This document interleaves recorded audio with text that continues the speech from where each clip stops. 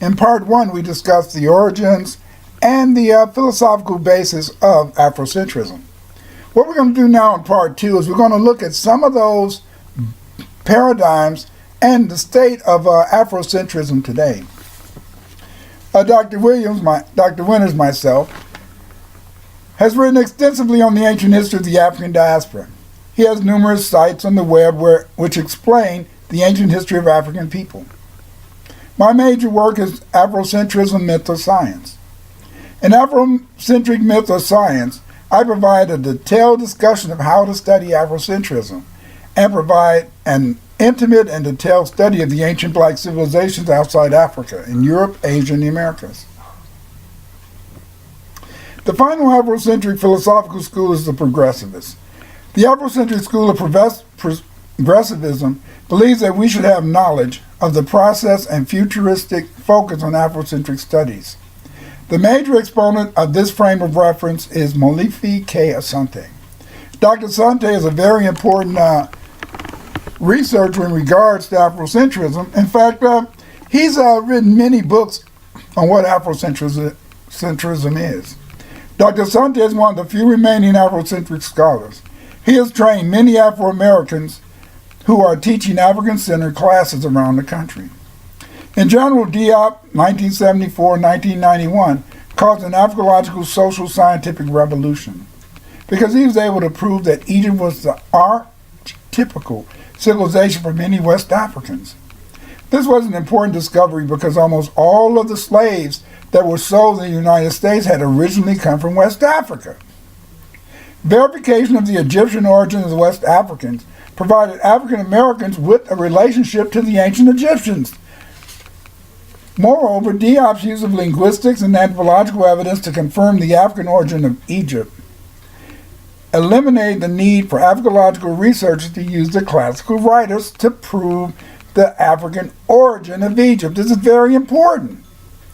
Prior to W.E.B, we basically used to talk about what the Greco-Romans said about this in relation to Egypt or that in relation to Egypt. But what W.E.B did is that he went into detailed study, like W.E.B. Du Bois, of the anthropological and archaeological and linguistic literature to prove that the ancient Egyptians were black. This finding by W.E.B has led Africological researchers to seek a better understanding of African philosophy through an interpretation of Egyptian philosophy. Moreover, Africological researchers like myself have also began the reconstruction of what's called the Paleo-African language used by blacks in prehistoric times. We have been looking at the Paleo-African languages so that we will know more about the cultural civilization of the Proto-Africans, because the Proto-Africans will be the first Africans who created many of these elements of civilization that we take for granted today. And before Egypt, the Ma Confederation, Africa's first civilization, I discussed the Ma civilization. This is very important. Most people think that the only civilization and the first civilization in Africa was Egypt. No, this is false. The first civilization in Egypt was the Ma civilization. The Ma civilization existed in the Saharan highlands. The people of Ma founded many civilizations, including Egypt and Sumer. Yes, the first people who founded Egypt and Sumer came from the Ma Confederation. In Egyptian language, Niger-Congo speakers and the Mountains of the Moon, I provide the linguistic evidence that confirms the hypothesis of Cheikh Anta Diop, L. Hamburger, and M. Delafos, that the Niger-Congo speakers and Egyptians had a common origin. In this book, I argue that many Egyptians living in the 22 sepats of Upper Egypt spoke Niger-Congo languages, including the Bantu, Fulani, and Mande languages. In Egyptian languages, I provide the genetic, linguistic, and archaeological evidence relating to the diverse Niger-Congo speakers who made up segments of the Egyptian nation. Readers of this book will learn that the Niger-Congo speakers originated in the highland regions of Middle Africa, the Mountains of the Moon, and that this population, which later settled Upper Egypt, formerly belonged to the Unanian culture. I have been one of the most important researchers in relation to the paradigms of the ancient study of African civilizations and history. What I try to do is I try to expand our understanding and knowledge of the role of Africans in Indochina, India, and China, and the ancient literacy of blacks. Using linguistic, anthropological, and historical evidence, I proved that the earliest cultures of China and Indochina were founded by black people from West Africa and modern Ethiopia. In support of this history, I have posted over 70 videos on YouTube and written a number of books and articles. What people don't understand is that black people were not isolated in Africa. For a long period of time, according to the ancient literature of India, the Kushites ruled the world for 7,000 years. 7,000 years, I tell you, that's a long time. And what they did is that these Kushites, they left Nubia, Middle Africa, and North Africa as the Sahara began to dry up, and they went to other areas of the world. And in these other areas of the world, including China, they developed fantastic and very interesting civilizations. They not only, in a sense, went to China, they also went to Japan. And what I was able to do was I was able to look at the languages of Japan, the languages of ancient China, and prove that the founders of many of the civilizations in China, like the Xia dynasty and the Shang dynasty, were either of African or Dravidian origin. Using the findings of Weiner in regards to the writing of the Olmecs, I was able to discover that blacks from West Africa left numerous inscriptions written in the New World in the Mande language. I later discovered that due to the cognition between the Mande writing and ancient scripts used by the Minoans and Indus Valley, to be able to read Indus Valley writing, the Linear A inscriptions, and many other writing systems. Most of these writing systems hark back to the expansion of the Kushite people. I published this information on decipherment in my book, Archaeological Decipherment of Ancient Writing Systems. Check it out, you'll learn a lot. The study of Africans in ancient America has been fruitful. Dr. Leo Weiner, in African Discovery of America, was the first to recognize that the ancient civilizations of Mexico had been influenced by Africans.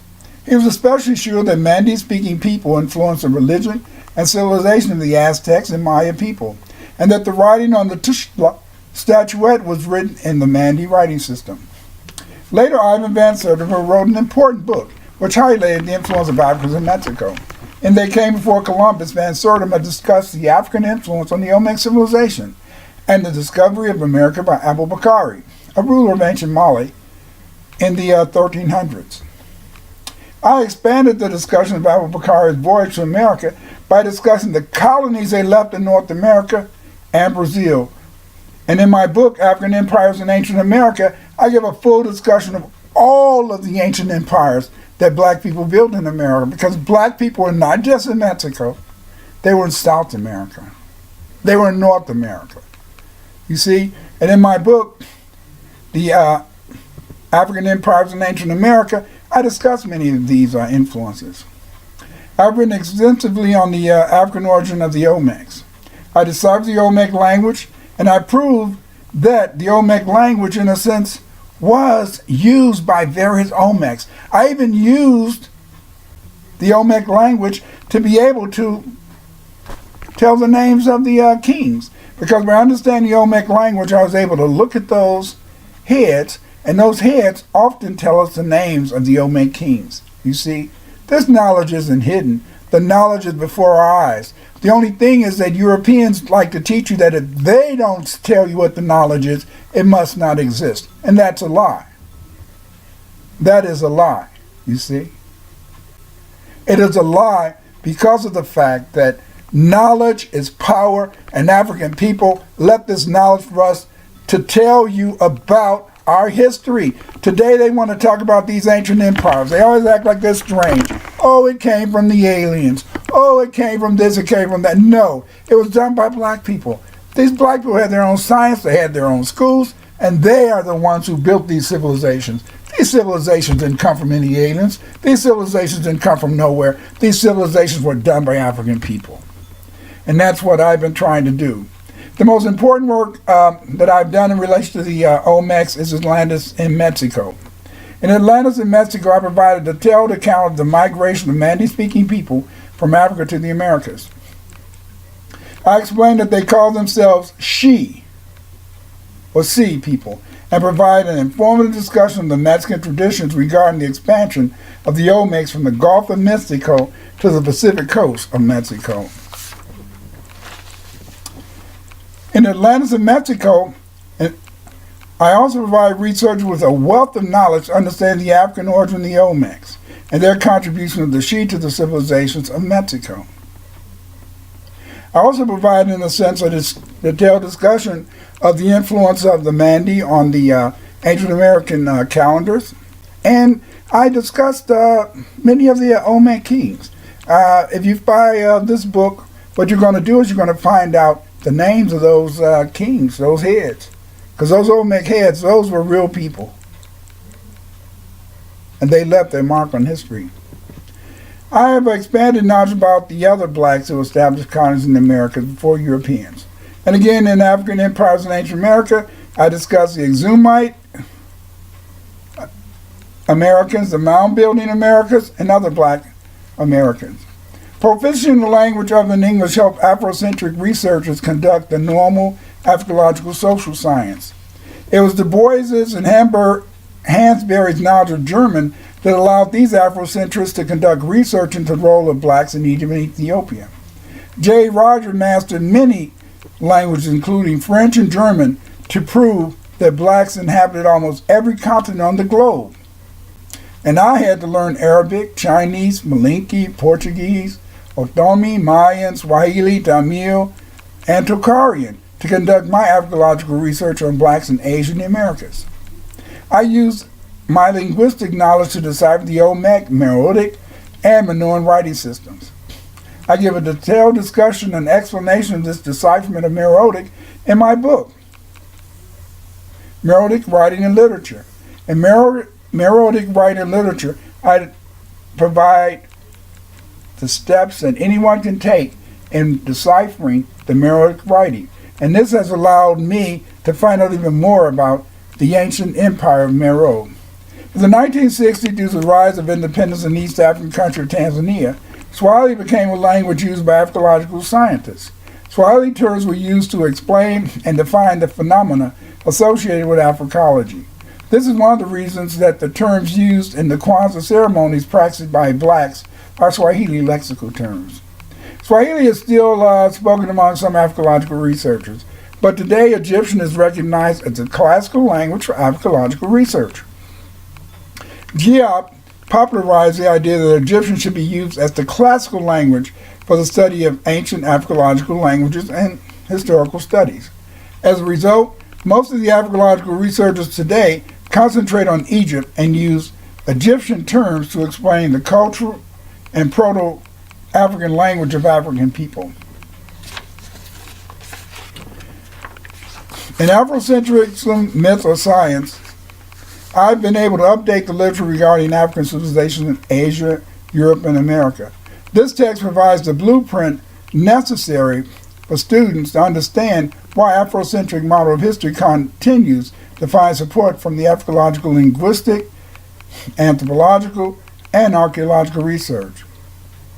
The Africological research that I've conducted makes it clear that the first civilizations in China and Indochina were founded by blacks. I also provide the lie to Hume's claim that blacks have no literacy and no letters. These scholars I've discussed in the history of Afrocentrism recognize that the people of ancient Greece, Southeast Asia, and Indochina were African people. When giants in the study of Afrocentrism discussed blacks in Asia, they were talking about people of African descent. So when they claim that these civilizations should be outside the study area of Afrocentric scholars, you don't know what you're talking about, because black people should know. Afro-Americans have a right to study these areas. In fact, in a sense, now we're even being able to take these genetics and really show the truth, that these genetics really hold secrets about black history, but many of the so-called genes that they say are Indo-European are really African genes. The researchers mentioned in this history of Afrocentrism used anthropology, archaeological, historical, linguistic evidence to support their conclusions.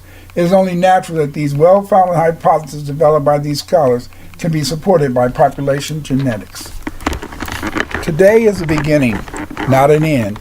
Today is the time that we should all pay close attention to the history of African people.